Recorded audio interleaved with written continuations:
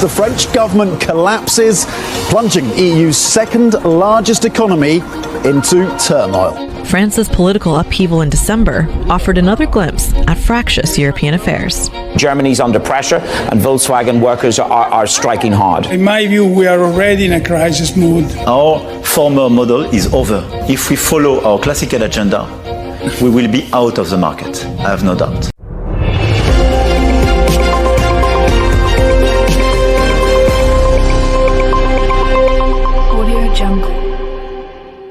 It started quietly, a trade bulletin from Beijing, a joint communique from the African Union headquarters in Addis Ababa, and within hours, European stock exchanges began to tremble. The announcement was simple, yet seismic. China and a coalition of African nations had agreed to impose 200% tariffs on selected European exports.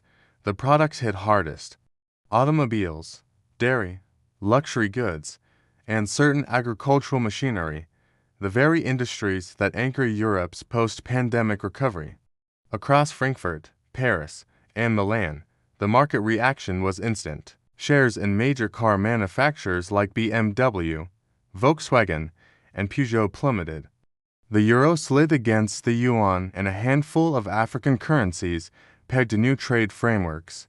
For decades, Europe's trade strategy has relied on cheap raw materials from Africa and affordable manufacturing inputs from Asia, but as of 2025, that equation has been flipped. Both Africa and China are now asserting economic sovereignty, rewriting the rules of trade that Europe itself once authored. This moment didn't happen overnight. It's the culmination of 3 decades of shifting alliances, from the Belt and Road Initiative to the African Continental Free Trade Area. Together, these two forces represent the largest emerging bloc in modern history, a population exceeding 3 billion, commanding vast reserves of lithium, cobalt, copper, and oil, the very lifeblood of Europe's green transition. By uniting around tariffs and trade control, China and Africa have effectively weaponized interdependence. It's not just about punishing Europe. It's about resetting the terms of global power. In Brussels, leaders scrambled. Officials from the European Commission met behind closed doors to debate countermeasures. But the reality was sobering. Europe's leverage over Africa had been quietly eroding for years. Once dependent on Western aid, African nations now enjoy new credit lines, tech infrastructure, and military partnerships with Beijing. And China, facing its own standoff with Washington, has found a willing and resource-rich partner in Africa. Together, they have the power to squeeze the continent that once colonized both. For decades, Europe assumed its dominance in global trade was uncheckable, but beneath the surface, a different system was being built. In 2023, the Africa-China Trade Forum outlined a roadmap for sovereign supply chains. Instead of shipping raw bauxite, cobalt, and lithium to Europe, African nations would refine and process them locally, often in facilities funded by Chinese loans or operated through joint ventures. By 2024, that blueprint became reality. In Zambia, new battery plants rose where copper mines once stood. In Nigeria, lithium processing facilities began operating under mixed African-Chinese ownership. And in Ethiopia, industrial parks connected by China's Belt and Road Railway began producing solar panels and microchips, exports once dominated by Europe. So, when Brussels criticized Beijing's human rights record and imposed mild sanctions on Chinese tech firms, the response from Beijing and its African allies was swift and deeply calculated. The 200% tariff was not random. It targeted Europe's pride industries, automobiles, high-end fashion, and other cultural goods. These were not just exports, they were symbols of European economic identity. For China and Africa, the message was clear. If you can pressure us with sanctions, we can pressure you with access. Trade routes once dominated by Western corporations are now humming with new partnerships. Chinese-built ports in Mombasa, Lome, and Dar es Salaam now facilitate intra-African trade faster than any European freight corridor. Africa, once viewed as a consumer market, is now a manufacturing and logistics hub. And with China's backing, it can withstand European backlash far more effectively than before. But the economic stakes go far beyond trade numbers. Europe's dependency on African raw materials, particularly cobalt, manganese, and rare earth minerals, makes retaliation difficult. In fact, analysts at the London School of Economics estimate that nearly 40% of Europe's electric vehicle supply chain depends on African resources. When Africa slows its exports, European factories grind to a halt. That is the leverage Africa now holds, not through war, but through the quiet strength of resources and strategic alignment. The first signs of the fallout appeared in the ports of Rotterdam. Stacks of unsold European cars, once bound for Shanghai, Nairobi, and Cape Town, now sat idle under gray skies. Within weeks, European export orders dropped by double digits. The Eurozone's manufacturing index plunged to its lowest level in over a decade. And behind closed doors, European ministers began admitting what few dared to say aloud: they had underestimated Africa's economic awakening. In Berlin, automakers appealed for emergency subsidies. In Paris, luxury brands petitioned Brussels for tariff exemptions. And in Rome, farmers' unions staged protests, warning that the retaliatory measures could collapse entire agricultural sectors. But amid the chaos, one truth stood out: Europe's crisis wasn't simply a result of tariffs. It was the exposure of a deeper structural dependence. For decades, Europe's industrial power had rested on cheap energy from Russia and affordable raw materials from Africa. When those foundations crumbled, first through the energy crisis and now through trade restrictions, the entire system began to wobble. By early 2026, economists at the European Central Bank warned that the 200% tariffs could erase up to €480 billion in trade value annually. Employment in export-oriented industries could fall by 4%, and inflation, already high, could spike again as supply chains tighten. Meanwhile, across the Mediterranean, a very different picture emerged. African nations, once exporters of raw and unprocessed crops, began reporting record surpluses.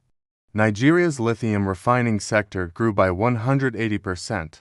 Kenya's textile exports, once dominated by European brands, surged under new intra-African trade routes, and Ethiopia's industrial corridors, funded by Chinese capital, became hubs for both local and Asian markets. For many Africans, this was long overdue, a reversal of history. Decades of colonial extraction had left the continent exporting raw wealth and importing finished goods. Now, with strategic coordination and Chinese financing, Africa was claiming control of its own value chain. And Europe's tariffs crisis, for African leaders, it was proof that the global South no longer had to play by Western rules. Politically, the reaction in Europe was divided. Some leaders, notably Germany's Chancellor and the Dutch Prime Minister, called for diplomacy, urging economic realism. Others, particularly in Eastern Europe, demanded retaliation through sanctions and WTO appeals. But as trade negotiators soon discovered, the World Trade Organization itself was powerless. China's sheer economic weight, combined with Africa's raw material leverage, made enforcement nearly impossible. And for the first time in modern history, Brussels found itself pleading, not dictating, terms. Behind closed doors, intelligence reports suggested that the tariff strategy was not spontaneous.